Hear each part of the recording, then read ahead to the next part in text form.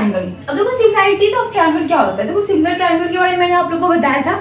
उसमें क्या बताया था मैंने आप लोगों को, शेप क्या होंगे, सेम होंगे, बट साइज ऐसा जरूरी नहीं कि सेम हो या ना हो, सेम हो भी सकता है नहीं भी हो सकता है, ओके। बट यहाँ पे हम लोग को पढ़ना है सिमिलैरिटीज ऑफ ट्राइंगल, ठीक है। तो इसमें क्या कंडीशन है, इसमें कंडीशन है, इसमें है कॉरस्पॉन्डिंग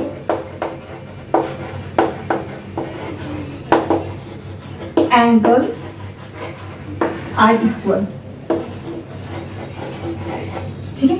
चलो इसमें क्या है, इसमें बोल रहा है कॉरस्पॉन्डिंग एंगल क्या होनी चाहिए, इक्वल होने चाहिए। सेकंड क्या बोल रहा है, corresponding sides are in the same ratio of proportion, ठीक है। अब देखो इसमें क्या, इसमें थोड़ा सा चेंज है, कॉरस्पॉन्डिंग एंगल इक्वल होने चाहिए, चलो ठीक है। बट इसमें क्या बोला, कॉरस्पॉन्डिंग साइड की क्या रेशियो इक्वल होनी चाहिए। अब ये क्या बोल रही हूँ मैम, कुछ समझ नहीं आ रहा है, कोई बात नहीं, मैं समझाऊंगी, ठीक है। तो चलो समझाती हूँ। यहाँ पे क्या आपके पास दो ट्राइंगल है, ये रहा, दो ट्राइंगल बना दिया मैंने। अब आपको बताना ये दो ट्राइंगल सिमिलर है या नहीं है। तो मुझे क्या देखना है, पहले तो ये देखना है इसके क्या एंगल इक्वल होने चाहिए, और नंबरिंग कर देती हूँ A B C D E F, ठीक है। अब देखो यानी कि यहाँ पे ये एंगल मैं लेती हूँ 60, तो ये भी 60 ले लेती हूँ।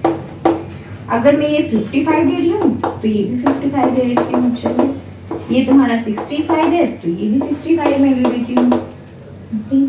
अब इसके बाद क्या है, इसके बाद 1 2, ये 1 सेंटीमीटर या यूनिट लिख लो। इसके बाद फिर 3 6 हो गया, ये 4 8 सेंटीमीटर सेंटीमीटर सेंटीमीटर यूनिट लगा लेना, सेंटीमीटर 1 सेंटीमीटर 8 सेंटीमीटर, ठीक है। चलो यहाँ तक तो हो गया। अब इसमें क्या बोल रहा है, अब मुझे देखना है, ये बस गिवन इंफॉर्मेशन दिया हुआ, मुझे देखना है कि ये दो ट्राइंगल सिमिलर है या नहीं है। पहले मुझे क्या करना है, एंगल चेक करना है। एंगल देख लेते हैं। देखो एंगल ए किसके इक्वल है, एंगल डी के इक्वल, तो यहाँ पे मैं लिखती हूँ angle A equal to angle D, ठीक है। फिर क्या है, एंगल बी किसके इक्वल है, एंगल ई के, तो angle B equal to angle E, यहाँ पे देखो इक्वल है 55 55। फिर एंगल सी किसके इक्वल है, angle F, angle C equal to angle F. चलो यहाँ पे क्या है, एंगल तो इक्वल हो गया, एंगल लिख देती हूँ मैं, एंगल इक्वल, यानी कि एक कंडीशन ये हो गया, सेटिस्फाई हो गया। अब सेकंड पे आ जाओ। सेकंड क्या बोल रहा है, corresponding side are in the same ratio. अब एक बार बताओ रेशियो क्या होता है, रेशियो फ्रैक्शन के फॉर्म में होता है कि नहीं होता है। इतना मुझे पता है कि रेशियो क्या होता है, फ्रैक्शन के फॉर्म में होता है। ये समथिंग जैसे कि 1 ये 2 1, और ये क्या, ये रेशियो का साइन है, इसे हम लोग क्या करते हैं, फ्रैक्शन के फॉर्म में लिखते हैं। तो बस इतना समझ लो, ये क्या हो गया, आपका रेशियो हो गया 1:2, यानी कि 1/2 फ्रैक्शन के फॉर्म में होगा, ठीक है। तो अब इसमें क्या बोल रहा है, यानी कि साइड का रेशियो इक्वल होना चाहिए, साइड का रेशियो इक्वल होना चाहिए, यानी कि AB अपॉन में, यानी कि ये साइड अपॉन में DE होना चाहिए, DE, ठीक है। रेशियो बोला गया, रेशियो यानी कि फ्रैक्शन के फॉर्म में, रेशियो का मतलब क्या, फ्रैक्शन के फॉर्म में, यानी कि AB किसके, DE के इक्वल होगा, ठीक है। फिर BC किसके इक्वल होना चाहिए, देखो EF के, ठीक है। फिर थर्ड आ जाओ, क्या है, AC किसके इक्वल होना चाहिए, DF के, ठीक है। ये मैं लिखती हूँ, चलो ये तो हो गया। बट तुम लोग बोलोगे मैम इक्वल तो है ही नहीं। देखो AB क्या आपके पास 1 है, DE क्या आपके पास 2 दिया हुआ है, 2 लिख लो। BC कितना दिया हुआ आपके पास 4 दिया हुआ है, और EF कितना दिया हुआ है 8 दिया हुआ, तो 8 लिखती हूँ मैं। फिर AC 3 है, और नीचे क्या है 6 है। तो क्या ये सेम नहीं हो सकता, कर तो सकते हैं। देखो 4 1 जा 4, 4 2 जा 8, 3 1 जा 3, 1 मिनट, 3 1 जा 3, 3 2 जा 6। तो ये क्या आ जाएगा, 1/2 इक्वल टू 1/2 इक्वल टू 1/2। ये क्या आ गया आपके पास, साइड का रेशियो आ गया, जो क्या है इक्वल है, यानी कि साइड का रेशियो भी क्या आ गया, इक्वल आ गया। इसका क्या मतलब, इसका मतलब ये दो ट्राइंगल क्या है, सिमिलर है। तो मुझे कैसे लिखना है, तो देखो स्टार्ट मैंने कहाँ से किया था, मैंने AB से, पहले ये वाला साइड लिया था AB, फिर BC। तो यहाँ से ट्राइंगल हम बोलेंगे, ट्राइंगल ABC सिमिलर, ये क्या है, सिमिलर का साइन है, सिंबल है, ट्राइंगल DEF, ठीक है। ये क्या है, सिमिलर सिमिलर, ठीक है। ये क्या है? सिमिलर का सिंबल है। तो ये समझ में आ गया आप लोगों को? कोई भी फिगर हो, अगर मैं बोलूँ कोई भी क्लोज पॉलीगॉन ले लो, अगर वो क्वाड्रिलेटरल है तो क्वाड्रिलेटरल में आपको सिमिलर शो करना है, तो कैसे कर सकते हैं? पहले आपको देखना कॉरस्पॉन्डिंग एंगल इक्वल होने चाहिए, फिर कॉरस्पॉन्डिंग साइड की रेशियो क्या होनी चाहिए? इक्वल होनी चाहिए, तभी हम लोग बोल सकते हैं वो क्या है? सिमिलर फिगर है। ओके, चलो मैं आगे बताती हूँ आप लोगों को।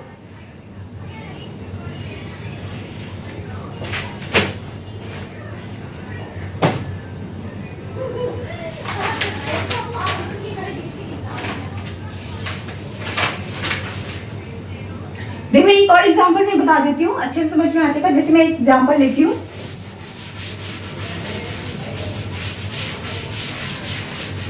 एक एग्जांपल मैं बताती हूँ, एक क्वाड्रिलेटरल ले लो, जैसे कि मैं लेती हूँ ये, ठीक है, या एक रेक्टेंगल ले लो, सबसे सही रेक्टेंगल ले लेते हैं। ये है आपके पास रेक्टेंगल, रेक्टेंगल भी तो एक क्वाड्रिलेटरल है। अब मुझे देखना, मुझे बताना ये दो फिगर सिमिलर है या नहीं है। तो मैं यहाँ पे 90 डिग्री, 90 ये सब तो 90 ही होता है, 90 90 90 90, ये भी क्या हो गया? 90 90 90, ये रहा आपके पास 90, ठीक है, ये तो हो गया।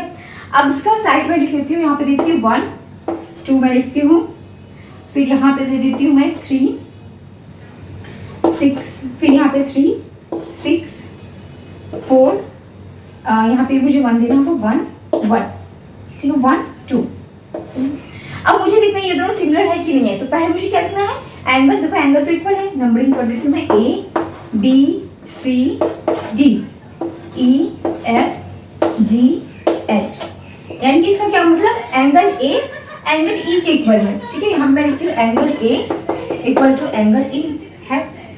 फिर क्या? Angle B angle F, angle F के इक्वल है। फिर एंगल C किसके इक्वल है? एंगल G के इक्वल है। एंगल D किसके इक्वल है? एंगल H के इक्वल है। अब साइड का रेशियो देखना, तो साइड का रेशियो देखते हैं। चलो मैं नीचे बैठ जाती हूँ। साइड का रेशियो में क्या लिख सकती हूँ मैं? देखो AB अपॉन EF, फिर क्या है आपके पास? फिर देखो BD FH, फिर आ जाओ इस साइड CD अपॉन GH, फिर लास्ट आ गया आपके पास AC अपॉन क्या आ जाएगा? EG। तो AB कितना हो गया? 1, तो 1/2 हो गया। सेकेंड में कितना था? 3 6 CD कितना था? CD 1 2, तो 1/2 हो गया। फिर ये क्या हो गया? 3/6 हो गया। तो 3 से कट कर दो, 3 2 6 3 2 6, तो ये आपके पास क्या आ गया? ये आपके पास आ जाएगा, ये देखो, ये आ जाएगा आपके पास 1/2 1/2, ठीक है, ये आ जाएगा। इसका क्या मतलब? इसका क्या मतलब? ये दो जो फिगर है, ट्राइंगल है, ये क्या ट्राइंगल बोल रही हूँ, ये दो रेक्टेंगल जो है, ये क्या हो जाएगा? सिमिलर। आ गया क्या आ गया भाई? तो जिसका इंतजार था वो आ गया, बीबीडी थ्योरम। ये क्या थ्योरम है? बहुत इंपॉर्टेंट थ्योरम है, और एग्जाम पर्सपेक्टिव से ले लो तो ये क्या ही बोलूं, बहुत इंपॉर्टेंट है। ये हर साल तो नहीं, but most of the year ये क्या किया जाता है? पूछा जाता है एग्जाम में, और वो भी 5 मार्क्स में। तो बीपीटी थ्योरम को हम लोग को अच्छे से समझना है। ओके, तो मैं स्टार्ट करती हूँ। देखो बीपीटी थ्योरम क्या बोलता है, अगर मैं नॉर्मली समझाऊंगी, देखो आप लोग का लिखा हुआ थ्योरम स्टेटमेंट, तो इसमें बोला जा रहा है कि आपके पास एक ट्राइंगल है, ठीक है। चैप्टर ही हम लोग ट्राइंगल पढ़ रहे, तो ट्राइंगल तो होगा ही। क्या मैम आप क्या बोल रहे हो?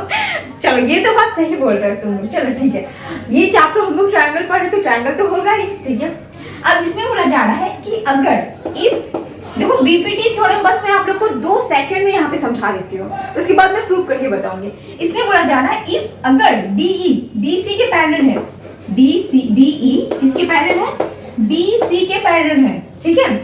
BC यानी कि DE किसके पैरेलल है? BC के पैरेलल है, ठीक है। इफ, तो इसका क्या मतलब? इसका मतलब अगर ये लाइन इसके पैरेलल हो गया तो इसके साइड का रेशियो क्या होगा? इक्वल होगा। इसके साइड का रेशियो क्या होगा? इक्वल होगा। कैसे? ये देखो AD किसके इक्वल होगा?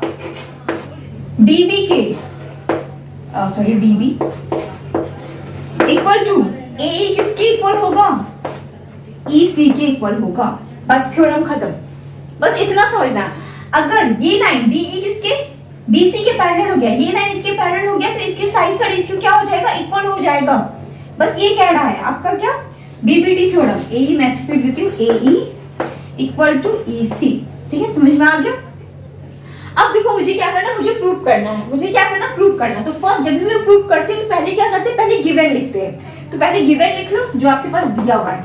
गिवन मेरे पास क्या दिया हुआ, देखो जब भी अगर इफ करके बोला हो, यानी कि आपके पास DE parallel to BC, DE parallel to BC दिया हुआ, तो यहाँ पे मैं लिखती हूँ इन ट्रायंगल।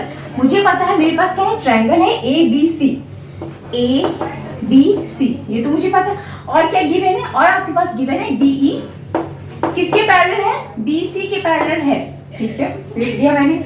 अब उसके बाद क्या, इसके बाद क्या करना है, मुझे करना है प्रूव। टू प्रूव, जो मुझे प्रूव करना है, ये याद रखना, जो आपको प्रूव करना है उसे कैसे लिखना है, टू प्रूव में लिखना है। तो टू प्रूव में मैं लिखूंगी, टू प्रूव में लिखना है क्या आपको प्रूव करना है, AD upon DB equal to AE upon EC। तो यहाँ पे मैं लिखती हूँ AD upon DB equal to AE upon EC। ये आपको प्रूव करना है। ठीक है, अब तुम लोग सोचोगे कैसे प्रूव करना है, क्या करना है, क्या नहीं करना है, हर एक चीज क्लियर होगा, हर चीज प्रूव करके मैं बताऊंगी। बट उससे पहले क्या करना, उससे पहले आप लोगों को कुछ कंस्ट्रक्शन करना है। तो अब बहुत बच्चे के मन में क्वेश्चन आ रहा है, क्या अपने मन से कंस्ट्रक्शन कर सकते हैं? हाँ, तुम कर सकते हो, अपने मन से कंस्ट्रक्शन कर सकते हो। अगर आपको कुछ प्रूव करना है या आपको कोई भी क्वेश्चन सॉल्व करना है तो आप लोग क्या कर सकते हैं, अपने अकॉर्डिंग कंस्ट्रक्शन कर सकते हैं। अब इसका मतलब अपने अकॉर्डिंग कंस्ट्रक्शन करने का मतलब ये नहीं कि कुछ भी कर दो। ठीक है, कंस्ट्रक्शन भी एक अच्छे से किया जाता है कंस्ट्रक्शन वे में। ठीक है, तो मैं यहाँ पे करूंगी कंस्ट्रक्शन। वो घर बनाने वाला कंस्ट्रक्शन मत समझना, यहाँ पे मैं ट्रायंगल बनाने वाला कंस्ट्रक्शन कर रही हूँ। ठीक है, तो कंस्ट्रक्शन में मैं क्या कर रही हूँ, BE को मैं मिला देती हूँ, ज्वाइन कर देती हूँ, BE को और BC को ज्वाइन कर देती हूँ। अब जब मैंने कंस्ट्रक्शन किया तो मुझे यहाँ पे लिखना भी तो है, लिख देती हूँ मैं ज्वाइन। किसको मैंने ज्वाइन किया था, BE एंड DC। ठीक है, हो गया DC, सॉरी DC।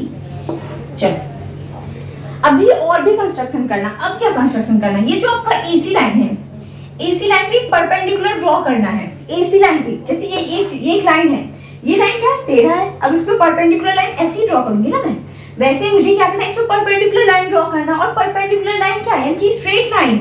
अगर मैं बोलूं ये लाइन है, इस पे परपेंडिकुलर ड्रॉ करो, यानी कि स्ट्रेट लाइन ड्रॉ करो। ठीक है, ये सिंपल है। तो परपेंडिकुलर ड्रॉ करना है तो इस पे परपेंडिकुलर ड्रॉ करती हूँ, ये रहा आपका परपेंडिकुलर, इसे नाम दे दो F। और इस साइड से भी यानी कि AD पे भी एक परपेंडिकुलर ड्रॉ करना है, तो मैं ड्रॉ कर लेती हूँ, ये रहा आपका परपेंडिकुलर। तो परपेंडिकुलर यानी कि ये 90 डिग्री फॉर्म पड़ेगा, ये भी 90 डिग्री, ये F हो गया, ये G हो गया।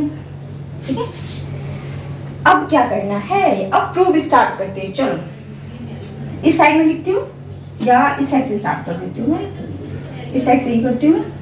अब उसके बाद गिवन टू प्रूव हो गया, कंस्ट्रक्शन भी हो गया। कंस्ट्रक्शन में मुझे एक चीज और लिखना है, क्या लिखना है, ये जो आपका लाइन है AE पे क्या है परपेंडिकुलर, DF परपेंडिकुलर है, तो लिख लो AE यानी कि DF इज परपेंडिकुलर टू, किस पे परपेंडिकुलर है, DF AE पे। सेकंड E देखो GE किस पे परपेंडिकुलर है, AD पे। इसी लाइन पे तो ये परपेंडिकुलर है, तो मैं लिखूंगी GE यानी कि GE इज परपेंडिकुलर टू, GE किस पे परपेंडिकुलर है, AD पे, AD। चलो यहाँ तक तो हो गया, जो मैंने कंस्ट्रक्शन किया वो तो मैं लिख दी हूँ आराम से। अब मुझे क्या करना, मुझे करना है प्रूव। तो चलो प्रूव करना स्टार्ट करती हूँ मैं। तो फर्स्ट यहाँ पे लिखती हूँ प्रूव।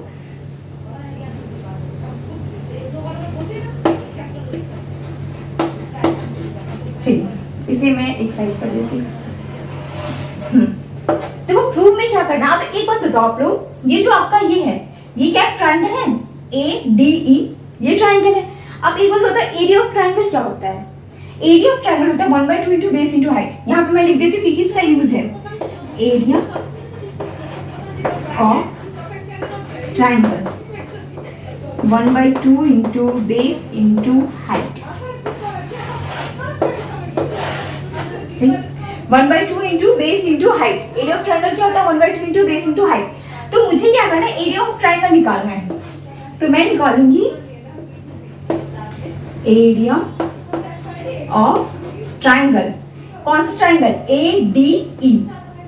ADE तो क्या हो जाएगा? 1/2 इंटू इसका बेस क्या होगा? AD बेस हो गया। हाइट क्या होगा? ये बात याद रखना, हाइट हमेशा 90 डिग्री फॉर्म करेगा। हाइट क्या होना चाहिए? परपेंडिकुलर होना चाहिए। तो हाइट आपका GE हो जाएगा। GE हो जाएगा। इक्वेशन 1 मान लो। D को मैं थोड़ा छोटा कर देती हूँ। ये हो गया आपका इक्वेशन 1। ठीक है, अब सेकंड पे आ जाओ। Area of triangle. अब देखो फिर यही ट्राइंगल ले रही हूँ मैं। ये ट्राइंगल का देखो बेस तो मैं इस साइड का बेस ले चुकी हूँ मैं। अब मुझे इस साइड का बेस लेना है। तो मैं लिखती हूँ area of triangle ADE equal to 1/2 into base क्या हो जाएगा? AE इंटू हाइट क्या हो जाएगा? DF। हाइट यही हो जाएगा ना, हाइट इस साइड का ले रही हूँ तो हाइट ये हो जाएगा DF। इक्वेशन 2। चलो ये हो गया। अब देखो ऊपर का काम खत्म हो गया। अब मुझे क्या करना है? नीचे वाला, नीचे भी तो ट्राइंगल बन रहा है। ये देखो BDE, ये क्या आपका ट्राइंगल है? तो ले लो एरिया ऑफ ट्राइंगल। कौन सा ट्राइंगल है? BDE। ठीक है, BDE। तो यहाँ पे लिखती हूँ BDE। तो BDE में अब एक बार बताओ, BDE में बेस तो आपका क्या हो जाएगा? BD हो जाएगा। यहाँ पे 1/2 इंटू BD।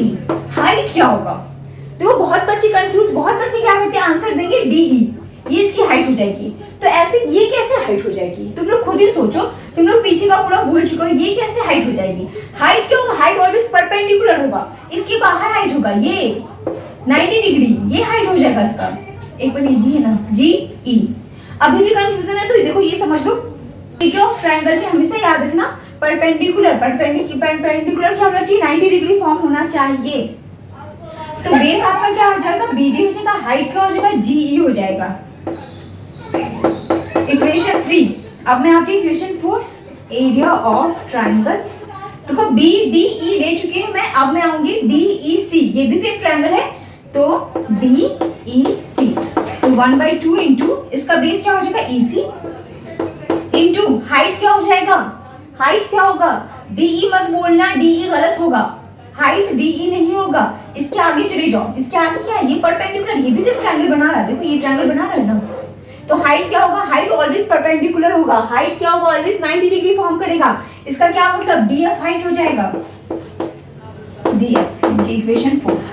ठीक, इक्वेशन 4 हो गया। अब मुझे क्या करना है? यहां तक क्लियर हो गया। अब मैं लिखती हूं डिवाइडिंग इक्वेशन 1। इक्वेशन 1 और 3 को डिवाइड कर लो और इक्वेशन 2 और 4 को डिवाइड कर लो।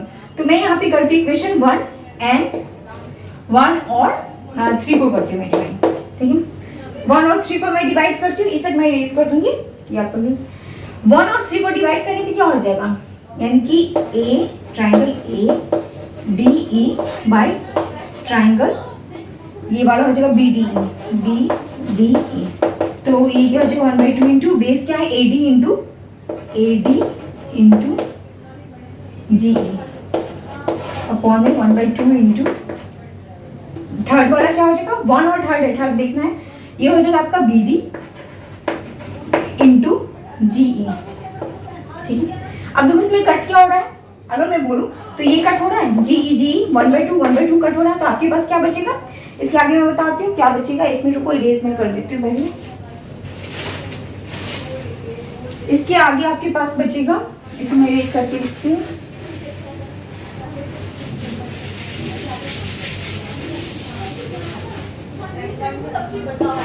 देखो इसके आगे आपके पास बचेगा triangle ADE equal to triangle BDE equal to AD upon में BD। ठीक है, ये हो गया। अब चले जाओ, ये दो इक्वेशन का तो काम खत्म हो गया, इसका और इसका। अब मैं डिवाइड करूंगी। यहाँ पे डिवाइडिंग इक्वेशन 2 एंड 4। 2 और 4 को डिवाइड करो। 2 क्या है आपके पास? ADE। तो ADE ट्राइंगल फिर क्या हो जाएगा आपके पास? DEC। तो क्या हो जाएगा इसमें? 1/2 into AE 1/2 into AE upon DF, इधर क्या आ जाएगा 1/2 इंटू EC इंटू DF।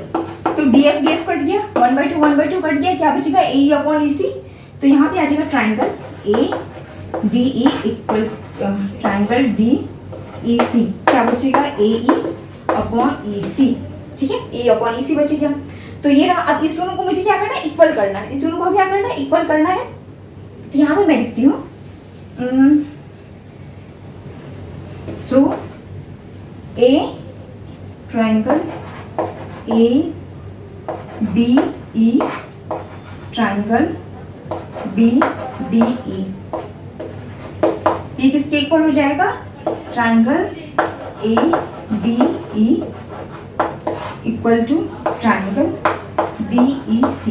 अब एक बात बताओ, ये दो इक्वल है, ये दो कट जाएगा, कटने के बाद क्या बचेगा आपके पास, DEC और BDE, DCE और BDE। अब इसके आगे मैं बताती हूँ, ये हो गया आप लोगों का, ये मैं इरेज करती हूँ।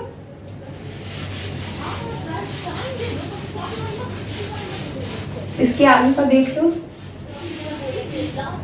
इसकी ये थोड़ा लंबा है इसलिए तो ये 5 मार्क्स का है, ये थोड़ा लॉन्ग में आता है इसलिए ये क्या है 5 मार्क्स का। तो आपके पास क्या, ये देखो इस साइड आ जाएगा, तो triangle DEC equal to triangle BDC, ठीक है, ये हो गया।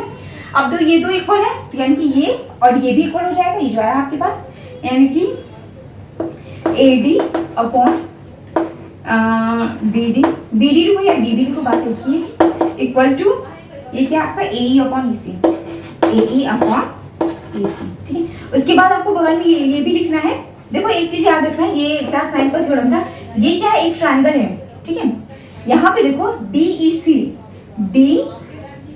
DEC, ये ट्राइंगल क्या हो रहा है, इस बेस पे ही ये ट्राइंगल बन रहा है, और BDE यानी कि ये ट्राइंगल और ये ट्राइंगल, इस दोनों ट्राइंगल का बेस क्या है, सेम है। इसका क्या मतलब, इस दोनों का एरिया भी क्या होगा, इक्वल होगा, ठीक है। ये एक थ्योरम है,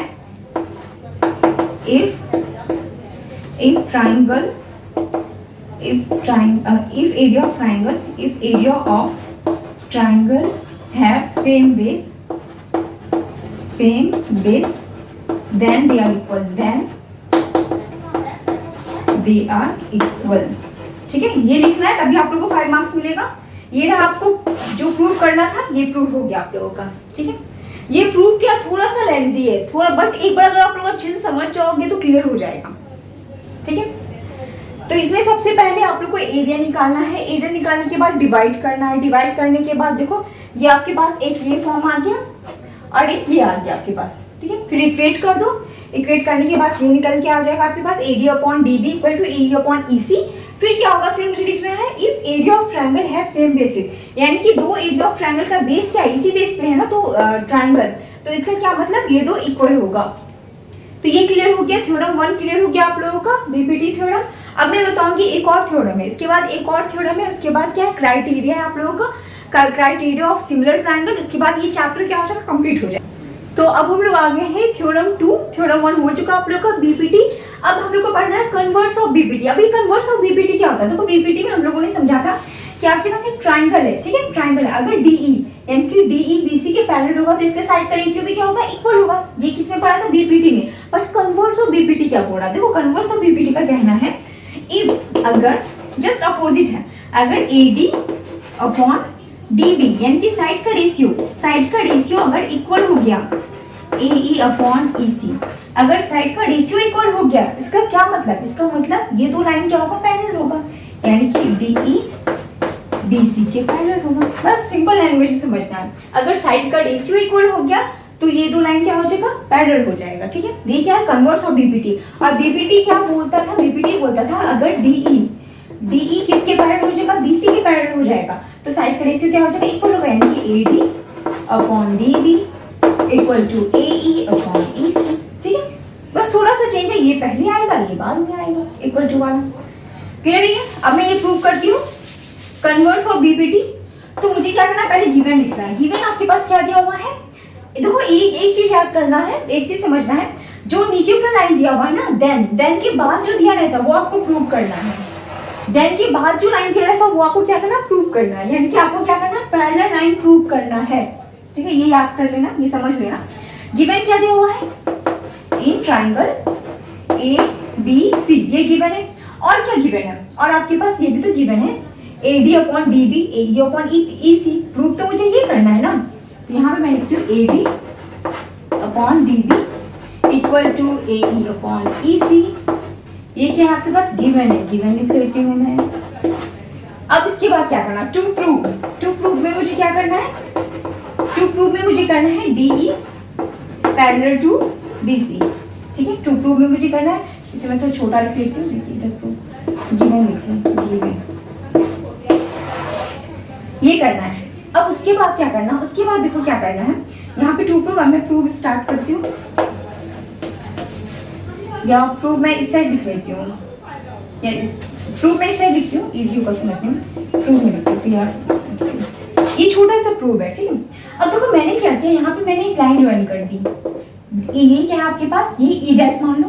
ठीक है, मैंने क्या किया, एक लाइन ज्वाइन किया और इसका क्या नाम दिया, ई डैश, ई डैश। अब देखो कन्वर्स ऑफ बीपीटी को हम लोग किससे प्रूव करेंगे, कॉन्ट्राडिक्शन मेथड से। कॉन्ट्राडिक्शन मेथड अगर आप लोग भूल चुके हो तो मैं याद दिला दूं, √2 को या √3 को किससे प्रूव करते हैं, कॉन्ट्राडिक्शन मेथड से। तो कन्वर्स ऑफ बीपीटी को किससे प्रूव करेंगे, कॉन्ट्राडिक्शन मेथड से। तो ये देखना आप लोगों को, तो यहाँ पे क्या किया मैंने, डी ई इस दोनों को ज्वाइन करवा दिया मैंने, और मुझे अज्यूम करना है, मैं अज्यूम करती हूँ ये जो डी ई डैश है ये किसके पैरेलल है, बीसी के। ये मुझे क्या करना है, एज्यूम करना। जब कॉन्ट्राडिक्शन मेथड ही हम लोग यूज कर रहे हैं तो मुझे क्या करना है, एज्यूम करना है। तो मैं एज्यूम करती हूँ, लेट अस एज्यूम, ठीक है, डी ई डैश किसके पैरेलल हो जाएगा, बी सी के। जब ये लाइन यानी कि ये लाइन इसके पैरेलल हो जाएगा तो इसके साइड का रेशियो भी इक्वल होगा। ठीक है, बाय बीपीटी के अकॉर्डिंग अगर ये दो लाइन पैरेलल हो गया तो इसके साइड का रेशियो भी इक्वल होगा। तो मैं लिखती हूँ अकॉर्डिंग टू बीपीटी, साइड का रेशियो क्या है, एडी अपॉन में डीबी, ठीक है, equal to A E dash upon में ई डैश अपॉन सी। ठीक है, ये हो गया। अब देखो A D D B A E dash C. ठीक है, अब क्या मैं बोलूं, ये और ये एक आपके पास क्या है, गिवन है, इसे मैं लिख लेती हूँ। गिवन आपके पास क्या दिया हुआ है, ए डी ए, एक मिनट, रे से क्या हो गया, हाँ, ए डी अपॉन में D B equal to A E upon में ई सी। ठीक है, ये दिया हुआ आपके पास गिवन। अब मैं अगर इस दोनों को इक्वेट करूं, ठीक है, इक्वेशन 1 मान लो और इक्वेशन 2 मान लो, तो बाय इक्वेशन 1 एंड 2 इसके बाद मैं यहाँ पे करती हूँ। ठीक है, इसके बाद यहाँ पे करती हूँ, फ्रॉम इक्वेशन 1 एंड 2 तो क्या हो जाएगा, A D upon D B, A D upon ये क्या हो गया आपके पास, डी बी। ठीक है, तो यानी कि ये दोनों कट जाएगा, ये दो कट जाएगा, तो ये दोनों क्या होगा, इक्वल ही आएगा ना। अगर मैं बोलूँ इतना इतना, ये दोनों कट गया, कट के क्या हो गया, ये दोनों एक दूसरे के इक्वल आ गए, यानी कि A E dash upon E dash C, A E upon E C, ये इक्वल आ गया। इसका क्या मतलब, यहाँ पे क्या आ गया, यहाँ पे देखो आ गया आप लोगों के पास A E dash upon E dash C equal to A E upon में ई सी। तो इसका क्या मतलब, ये जो आपका ए ई डैश है और ई डैश सी, ठीक है, ये किसके इक्वल है, ए ई अपॉन ई सी के। और ये कब इक्वल होगा, ये कब इक्वल होगा, जब ये लाइन, ये जो लाइन है आपका, ये डी ई डैश यानी कि ये लाइन इससे क्या हो जाए, कोइंसाइड हो जाए, ये लाइन इस पे क्या हो जाए, कोइंसाइड हो जाए, तभी तो ये दो इक्वल होगा। ठीक है, तभी क्या होगा, इक्वल होगा। तो यहाँ पे लिखना है, इसके बाद क्या लिखना है, E dash and E are coincide,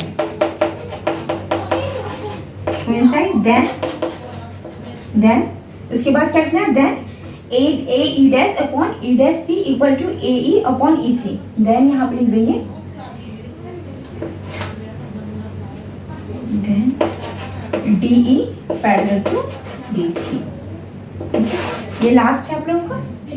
तो ये समझ में आ गया आप लोगों को, theorem second, converts of BPT. Okay, अब मैं इसके बाद आप लोगों को बताऊंगी क्राइटेरिया ऑफ सिमिलर ट्रायंगल। ठीक है, क्राइटेरिया ऑफ सिमिलर ट्रायंगल।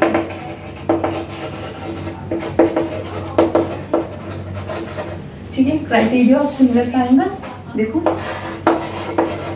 इसमें क्या था, है, फिर फर्स्ट आता है आपका एंगल एंगल एंगल, ठीक है, इसमें एंगल एंगल भी आता है, फिर आता है साइड एंगल साइड, थर्ड आता है आपका साइड साइड साइड, ठीक है।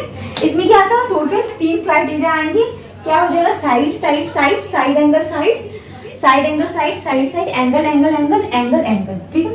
अब देखो अगर आपके पास 2 ट्राइंगल दिया हुआ है, ठीक है, 2 ट्राइंगल दिया हुआ है और उसमें क्या, सपोज कर लो एक साइड 1 और ये आपका क्या हो गया 2 हो गया, 3 6 A B C D E F और एंगल आ गया 60, फिर ये भी हो गया 60। तो यहाँ पे हम लोग बोल सकते हैं ए बी किसके, ए बी अपॉन में डी ई, इस साइड का रेशियो क्या है, इक्वल है। उसके बाद फिर क्या आ जाएगा, उसके बाद फिर आ जाएगा एंगल बी किसके इक्वल है, angle B equal to angle E, ठीक है।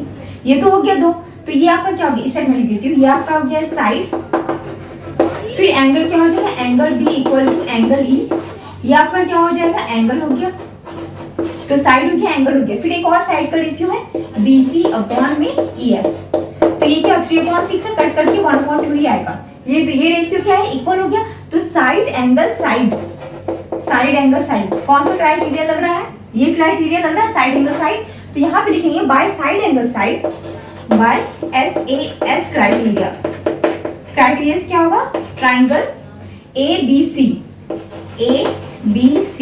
क्या हो जाएगा, सिमिलर होगा ट्राइंगल DEF के, ये ऐसा अच्छे से DEF के इक्वल हो जाएगा, ठीक है। जब ये इक्वल हो जाएगा, देखो उसमें क्या आता था, उसमें आता था CPCT, ठीक है, इसमें क्या आ जाएगा CPST, क्या हो जाएगा, corresponding part of similar triangle, okay, similar triangle, corresponding part of similar triangle, तो यहाँ पे लिख सकते हैं बाय CPST, बाय CPST से क्या हो जाएगा, ये साइड के इक्वल हो जाएगा, यानी कि AC अपॉन में DF हो जाएगा, ऑटोमेटिकली जो बचा है वो सारे क्या हो जाएंगे, इक्वल हो जाएंगे, यानी कि एंगल A एंगल B के इक्वल हो जाएंगे, ध्यान में रखिए, angle A equal to angle B, और क्या बच रहा है आपके पास, बचा C, एंगल C किसके इक्वल हो जाएगा, एंगल F के, angle C equal to angle F by CPST। तो क्लियर हो गया, यहाँ पे क्या हो रहा है, आप लोगों का चैप्टर कंप्लीट हो रहा है, जितना भी मैंने पढ़ाया है आप लोगों को, आई होप आप लोगों को समझ में आया होगा, okay, thank you so much.